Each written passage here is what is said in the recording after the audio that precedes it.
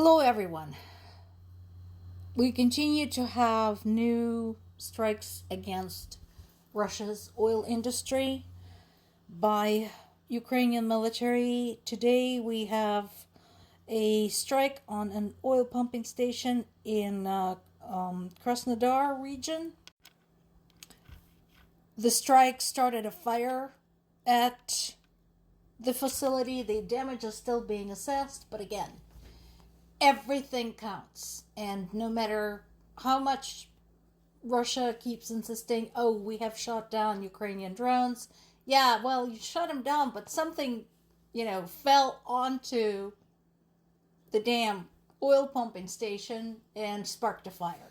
So, for all intents and purposes, it worked.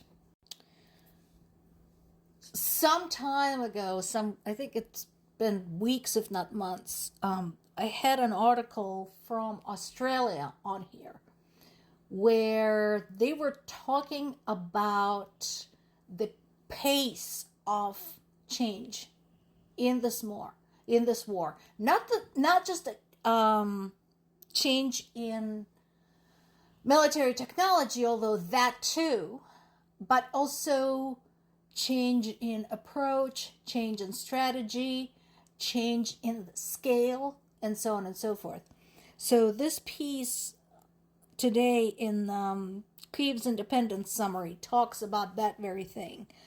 Russia's plans to increase the unmanned system forces to 165,500.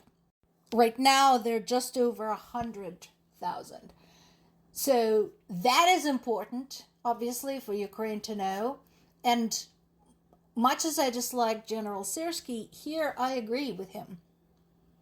The enemy is not standing still. They are updating, adapting, changing things, and so on. So this is important information for Ukraine, and what I'm hoping is that Ukraine is being proactive about this, which dovetails nicely with all of those different collaborations that Ukraine has been initiating with the various allies, including Japan, and all of the work that was being done to move Ukraine's drone operations, drone manufacturing operations specifically, out of Ukraine. That is all part of basically addressing this concern about the expansion of the unmanned sector in the Russian military. Speaking of drones, Kremlin continues to display staggering levels of hypocrisy. There are now threatening countries that allow Ukrainian drones to use their airspace because reasons. What's insane about this is that think about all of the times where Russian drones have drifted into someone else's airspace. What brought this on is Ukraine's attacks against Russia's oil facilities along the Baltic coast. And we talked about this. So in order to get there, Ukrainian drones would have had to fly over the Baltic states. If you look at the map, look at where Ukraine is at and look at where the segment of the coast is, where Russia comes to the Baltic Sea. So you can see for yourself, Ukraine would have had to have cooperation of its allies to the west to be able to get there. And so, now Russia is whining about this and threatening the countries, even though it's their airspace and they can allow whomever they want to use it for whatever purposes. It's none of Russia's business. But now it suddenly matters to them. Now the sacredness of another country's airspace suddenly matters to them. Figures.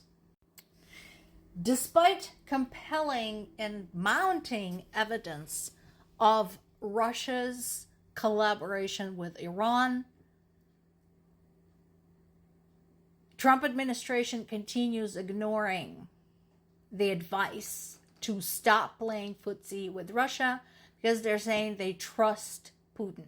Why anybody would trust Putin at this point is beyond me. That just doesn't even compute. I mean, we know that Russia had passed intelligence to Iran on the ground using the chatter, using the satellite imagery. Russia had also supplied Iran with weapons. That is a mutual agreement they have with one another. So, this is on record. And yet, this current administration continues to totally ignore the fact. 1,000 bodies of Ukrainian soldiers were brought home to be buried in their native ground. So there's that. I'm sure that is a very difficult day for the families of the dead. As somebody who had lost a family member on the battlefield, and currently we have a family member who is a Russian POW, that is tough. Meanwhile, Russia's attacks against Ukrainian civilians continue. There were injuries from drone attacks in Slavyansk, Kherson region, Sumy region. So that is basically a daily process. And another notable strike by Ukraine is an oil terminal in Russia's occupied Crimea in Feodosia. So again, basically trying to make Crimea too hot to hold on to. And I think not just Crimea. I mean, considering what Ukraine has been able to do in the occupied territories, plus the acts of sabotage by Ukrainians themselves in the occupied territories, all of that is part of the effort to make it unsustainable. France continues to take serious measures against Russia's shadow fleet. Thank you, France. Much appreciated. Imposing large fines against any vessel that is not flying a flag or refuses to comply. So that is definitely awesome news. We're talking about penalties up to 2 years in prison and a fine of 300,000 euros. Again, wouldn't it be nice if Russia's shadow fleet, that is supposed to be a source of revenue, suddenly became too expensive to operate? Meanwhile, Hungary continues to betray Ukraine. Hungary's foreign minister, Peter Szijjártó, had apparently offered to send Russia's foreign minister Lavrov a document about Ukraine joining the EU.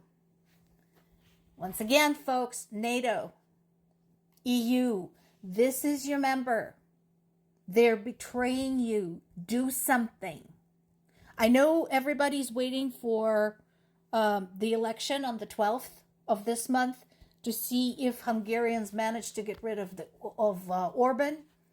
But folks, I'm telling you, don't wait. Because who knows what's going to happen, especially since Russia's interference in the election is highly likely. More to come.